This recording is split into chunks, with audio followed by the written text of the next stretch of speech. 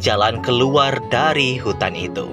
Sampai-sampai Pak Rungkat salah jalan hingga memasuki desa terlarang yang ada di pulau itu, tepatnya di tengah hutan. Pak Rungkat melihat banyak rumah terbuat dari ranting-ranting kayu dan banyak rumah pohon. Desa itu dihuni oleh banyak orang Dayak. Pak Rungkat tak sengaja masuk ke desa di tengah hutan itu. Dengan rasa penasarannya, Pak Rungkat langkah demi langkah mendekati desa itu. Dari kejauhan, melihat banyaknya tanaman buah-buahan di desa itu. Karena kelaparan, Pak Rungkat langsung menghampiri desa itu untuk mengambil buah-buahan itu untuk dimakan. Karena Pak Rungkat sudah 3 hari tidak makan. Dengan sengaja Pak Rungkat mengambil banyak buah-buahan itu dan dimakan satu demi satu dengan lahapnya, karena Pak Rungkat sangat lapar sekali. Saking lahapnya Pak Rungkat memakan buah-buahan itu, Pak Rungkat sampai tak menyadari dirinya sudah dikelilingi banyak orang Dayak suku pendalaman yang ada di pulau itu. Di saat Pak Rungkat saking menikmati buah-buahan itu, Pak Rungkat kaget melihat banyak orang Dayak di sekelilingnya yang sedang melihatnya makan. Dengan sadar, Pak Rungkat melayangkan candaan ke orang Dayak itu. Orang Dayak itu hanya menjawab dengan hu haha, hu haha.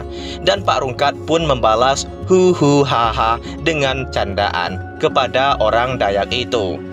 Merasa kesal dengan Pak Rungkat karena merasa diolok-olokkan dan juga telah mengambil makanannya tanpa izin. Orang Dayak itu langsung mau menangkap Pak Rungkat. Dengan kagetnya, Pak Rungkat langsung refleks berlari sambil berteriak minta tolong. Di sisi lain, geng 4G dan Bang Topan sudah kewalahan mencari Pak Rungkat. Tak kunjung kelihatan. Geng 4G dan Bang Topan hampir sudah mengelilingi semua hutan yang ada di pulau itu. Geng 4G dan Bang Topan hampir menyerah.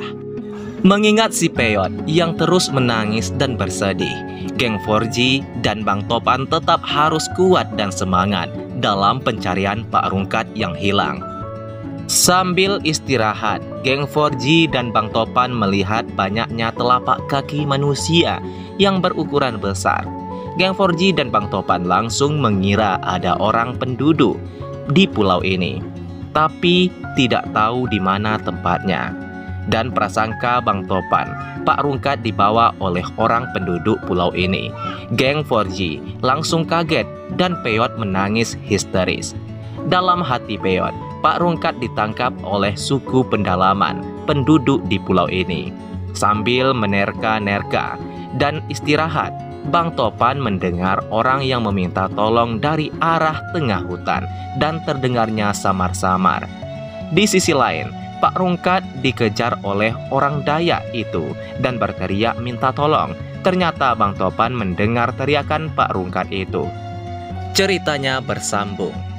Jadi segitu dulu tebakan kami untuk alur cerita pencarian Pak Rungkat yang hilang yang akan tayang nanti. Dan diingatkan kembali bahwa cerita ini bukan cerita aslinya dari .design. Ini hanyalah tebakan alur cerita part selanjutnya dari kami sendiri. Terima kasih sudah menonton.